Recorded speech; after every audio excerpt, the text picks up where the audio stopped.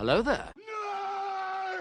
Today's D&D topic, Dwarves. Yeah, we all know Dwarves. They drink a lot, they mine a lot, and they're good at smithing. So let's cover what you might not know. First off, it is said that Dwarves were forged by the god Morden, the Dwarf Father. Morden created the Dwarves from metals and gems, and when he blew on his creations to cool them off, his divine breath became their souls. It should be noted, though, that despite being the father of all Dwarves, Morden has no problem picking favorites. He actively dislikes the Dwergar and the Darrow. Speaking of, there's many different types of dwarf. The mountain dwarf, aka the shield dwarf, is the most common. They're also the tallest, sometimes reaching 5 feet. Of all the dwarves, they're best known for specializing in the craft of weaponry and armor. Traditionally, mountain dwarves hold bloodline and clan membership in high regard. But with their society now in decline, many of the newer generations have decided to no longer honor the old ways, or at least care less about them. Stereotypically, mountain dwarves are known for being pessimistic, dismissive of arcane magic, and highly religious. Most worship their patron god, Dumathuin, the keeper of secrets under the mountain. Here is an example of the hill dwarf, or gold dwarf. They're called gold because of their tan skin. Known as the most haughty and prideful of the dwarves, they specialize in crafting works of beauty. Sometimes they spend centuries working on one project, obsessing over making it perfect. Unlike the mountain dwarves, the hill dwarves have no particular feelings or superstitions about magic, and while they aren't as devout, they do highly regard their clerics. This is because hill dwarf clerics are more than just holy men, they are also genealogists and guardians of their clan-based traditions.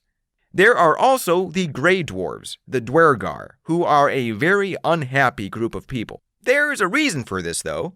They were enslaved by mind flayers, aka Illithid, for a very long time. Originally, they used to be a clan of mountain dwarves who had a political falling out with the rest of their kin generations ago. Seeing how isolated the Dwergar clan was, the mind flayers decided that they were an easy prey, and decided to kill and enslave the entire clan. To this day, the Dwergar still resent their mountain dwarf relatives for not coming to their aid. While eventually the Dwergar were able to rebel and regain their freedom, their enslavement and the cruel and unusual experiments that the mind flayers performed on them has permanently changed their outlook on life. Now, the traditional values of dwarven society, being honor-bound, caring about family, have no meaning. The Dwergar believe that life is pointless, and that everything ends in betrayal eventually. Stereotypically, they're known for being greedy, quick to conflict, and devoid of almost all positive emotion. The closest that they come to feeling happiness is when they witness the suffering of others. Can you say schadenfreude? Though, to clarify, this doesn't mean that they like to torture people.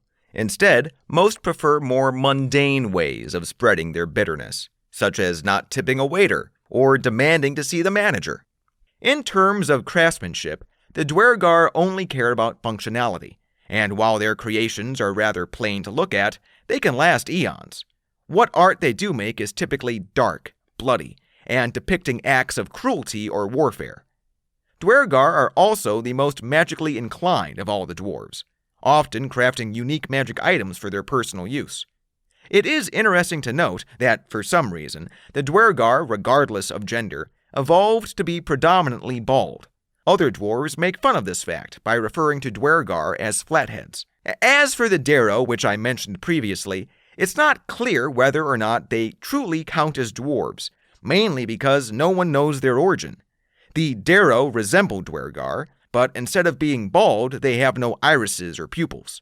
The Dwergar themselves believe that the Darrow are what they could have become if they never rebelled against the Illithid, believing that they were once a long-lost dwarf clan that suffered under Mind Flayer rule for untold generations. The Darrows themselves have various origin myths, but all of them have one thing in common.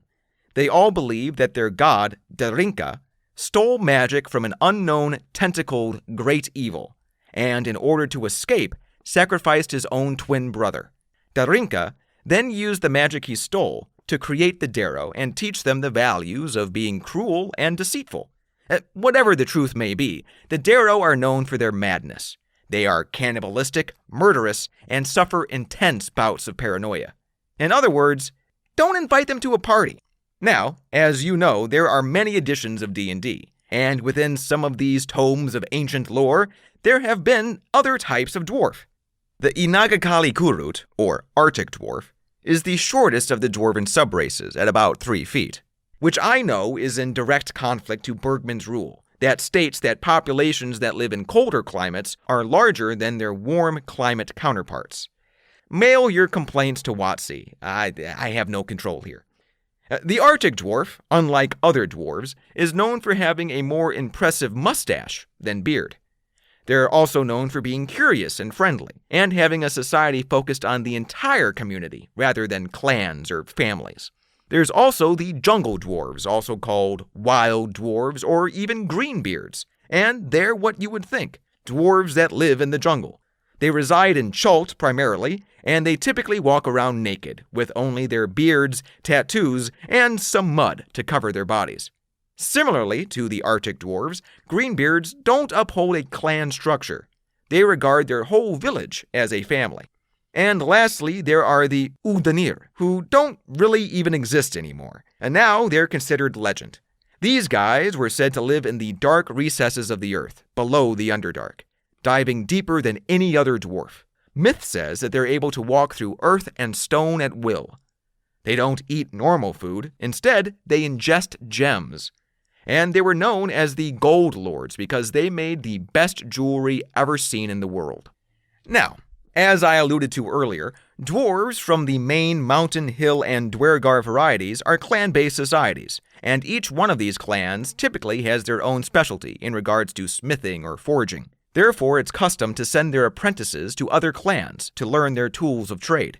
And it should be made very clear that yes, dwarven women do grow beards, except for the dwergar, that is. Technically, it's customary for the women to shave their beards, but it's not necessary. I mean, just look at this picture. Are you going to tell her to shave that beard? No, I don't think you are. And now, you might think that dwarves and elves have some racial tension because of other media, and sure, kinda, but not when compared to the other races/species that exist in Dungeons & Dragons. See, here's the thing. Dwarves are known for holding long grudges, sometimes against entire peoples, which, yes, I know is highly problematic. And the main things that they hate are goblins, orcs, and they frickin' detest giants. Giants used to keep dwarves as slaves, and understandably, the dwarves never got over that. And the hill dwarves have a particular dislike of the drow, due to an ancient territorial conflict.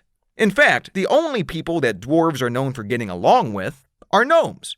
Everybody else is a case-by-case basis. And I know people are going to ask, so for those of you who want to know about gully dwarves, that's unfortunately a Dragonlance setting thing, not Forgotten Realms. Sorry, my dudes. And as for people interested in the Azir, those aren't dwarves. They look like them, but they're actually elementals from the plane of fire. So, that's all for dwarves. See you next time! Bye, everybody!